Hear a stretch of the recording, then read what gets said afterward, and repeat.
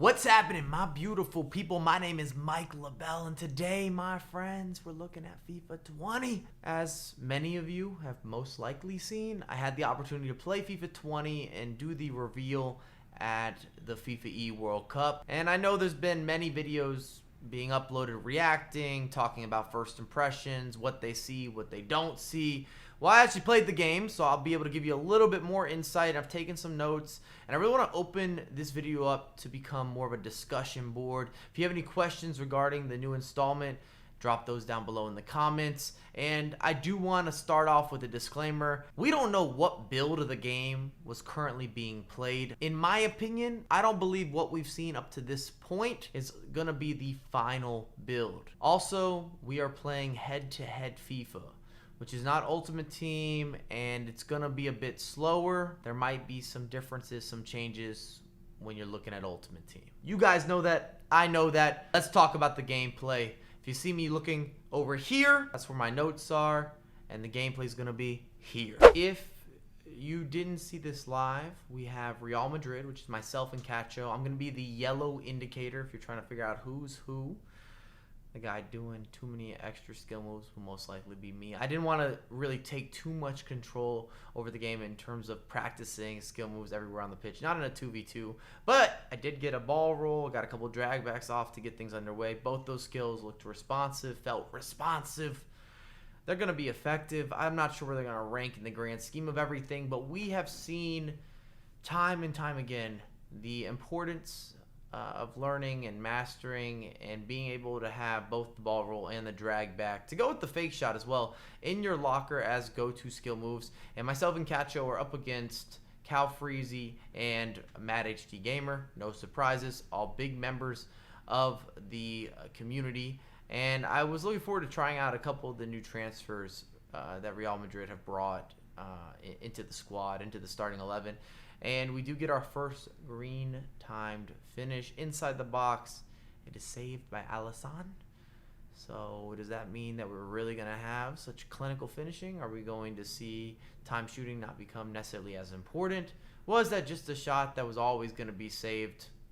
I'll let you guys be the judge. I did notice here, as you see Salah running down the line, you've got Carvajal chasing Salah. He wasn't able to catch up. He didn't regain a better defensive position. Even if he took maybe a less direct angle where he was angling his body for where Salah was heading, I don't think he was going to catch him. And in my opinion, I think that's a good look going forward. Something that we lack in FIFA 19 is that creation of separation, where if you get in behind, you've got a very fast player, insert fast player here.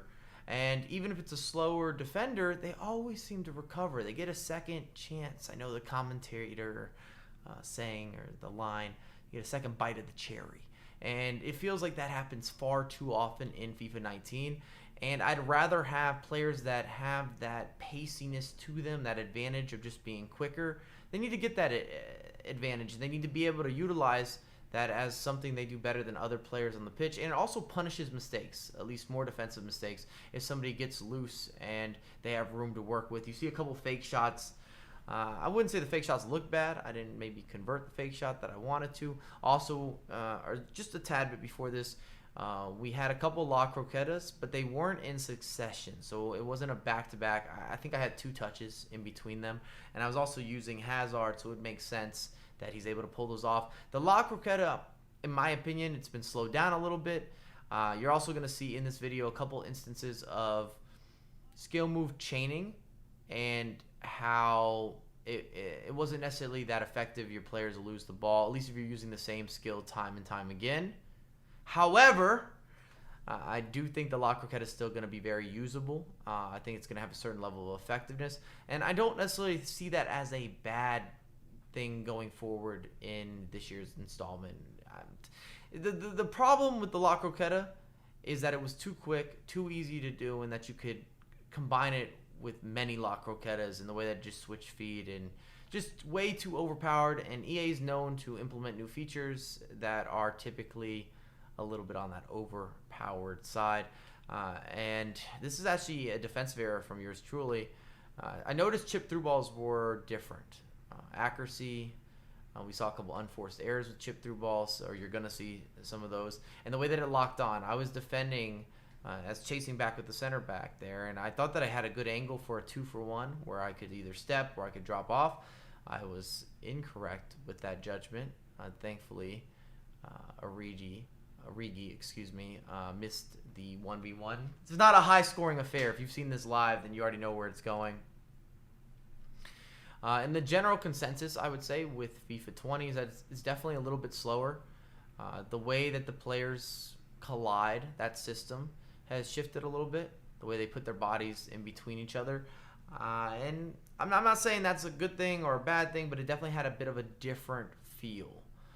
As you can see, we're getting straight into the second half. I skipped over halftime. And you might have noticed the aerial touches, how your offensive player will take down a switch or a chip through ball or something out of the air.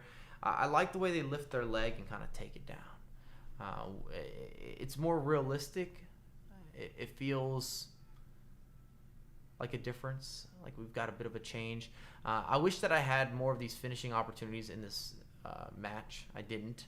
Maybe I was just providing too well for Cacho. I'm not saying I would have finished anything, but it would tell me more about the shooting system. Because I didn't get the opportunity to take a bunch of shots. As you see, a slide tackle, a very new animation.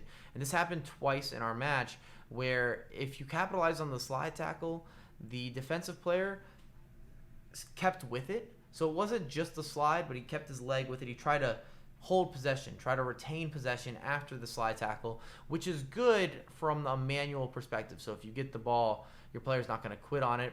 Does that mean that we're not going to see any bounce backs, that we're not going to have luck in FIFA? No. That will always be a factor. There's always going to be a certain degree of luck, and you hope that it's not RNG based, or at least completely RNG based. And it's more important that it's balanced, and that's something I always bring up. It's all about balance in any FIFA installment, any competitive game. It's not about, oh, well, is the wing play effective, or the middle of the pitch, or crossing, or these skill moves, or just whatever works within the meta, but can you counteract it, both on the defensive end and the offensive end? It's going to be crucial to success and also the replayability of your title, at least in my opinion. And you get a 1-2. They really should have scored here. I think that's Origi, who's a little bit late. I don't like this. Rewatch this. I don't like that cross at all. Rewind what's happening on screen. That is alarming to yours truly. And you're saying, well, Mike, why are you upset about that cross? What made you mad about that? He crosses the ball, our opposition. He fills up the meter. The player's not turned correctly, and then he adjusts, and the player turns for you. It should be in reverse order. If you want to take a cross, a shot, a pass, you need to angle your player, the offensive player's body, where you're going, and then you fill up the power bar for that pass, for that cross, for that shot attempt. That was more of that classic 180 or 360 cross, or I didn't really see shots that looked like that, not in our game, but we've seen plenty of all of that in FIFA 19, and I don't want to revisit the unrealistic angles. I don't want that. We need to have a certain level of accuracy. So you see some of the build-up. There's Cacho again, and I wish I had that opportunity. I'm telling you, I would have liked to have a little bit more of a feel for some of the shooting. Through balls also felt shifted. I noticed on the offensive end, and we're going to actually see a through ball, perfect timing. It's going to be on cue here. The offensive player is already moving, and the defender, you see how we're starting to make up all that ground? It's because the defensive player wasn't moving yet. He was kind of stagnant, wrong-footed, and that could be very effective. I did notice it. And it should be like that in real life, where you're then able to gauge where you need to pass the ball, gauge the player spacing, and the pace that you have on the offensive end. You with me? Makes sense? And we're going into a pause here. We're going to make some substitutions, some adjustments. We started the game in a 4-3-3, which was the default for Real Madrid. They were in the default for Liverpool, which was a 4-2-3-1. I wouldn't worry too much about player ratings. I just don't think these are up to date. Surely Van Dijk is going to be much higher than an 85. And EA I don't think they want to make this an unveiling of potential ratings. I would be very surprised if these were the final player ratings. Not saying it's impossible, but me, personally, I would be surprised. So we swap into a 4-2-3-1. We bring on some different offensive substitutions. You see Jovic come on. Asensio came on and Isco for us. So all attacking moves. We wanted to get something on the board. Wanted those 1-2s. Just have something with the build-up. Make more chances. Kind of go for it. As we overtake possession, we give the ball to Kareem, the dream, and that is a brand new touch. We never have seen that in any FIFA installment where lets the ball run through his legs and then kind of moves on with his first touch. And that's realistic. We see that. I don't like this play here. We missed the first tackle. I'm in the right place at the right time. I anticipated the second attempt. Cacho is right next to that offensive player. Why doesn't Marcelo get a foot on that? And it does make you wonder a little bit. As you see, the back-to-back heel-to-heel there, I lose the ball. I used the La Croqueta and then into a heel-to-heel, and that looked normal. However, once I went La Croqueta, heel-to-heel, heel-to-heel, we lose possession. We didn't have the ability to chain these skills again. We're going to see it from a better angle here. I thought we were going to see a double heel-to-heel there. Excuse me. So we see another heel-to-heel into a La Croqueta. I started to mess around a little bit more with skills towards the end of the second half.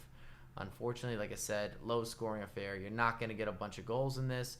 Didn't get to necessarily utilize or try out a bunch of new features, but I wanted to kind of give you guys a glimpse and talk about how it felt playing the game versus just what you're seeing, and then also talk about any differences that I noticed. So the game's going to be a little bit slower. I think in general we can assume that even if we were playing on Ultimate Team. With skill moves, I don't think they're going to be a lost cause. I don't think this skill move chaining announcement that EA made is going to eliminate you from doing multiple skills. You're just not going to be able to hold the La Croqueta button, as I'd like to say. The way that people use that is unbelievable. Finishing and shooting, I didn't get enough opportunities, and I didn't see anything from Calfreezy or Matt HD. I didn't see anything from Cacho that really stood out from a finishing perspective where I felt, oh, this is so different.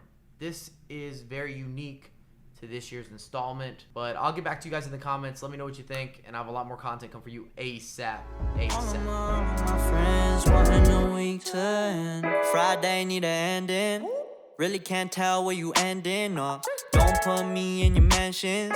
I don't wanna see it when I'm waking up. Last night did the most. Now my body got no ghost. This little hobby's getting old. Said this not me, just a clone.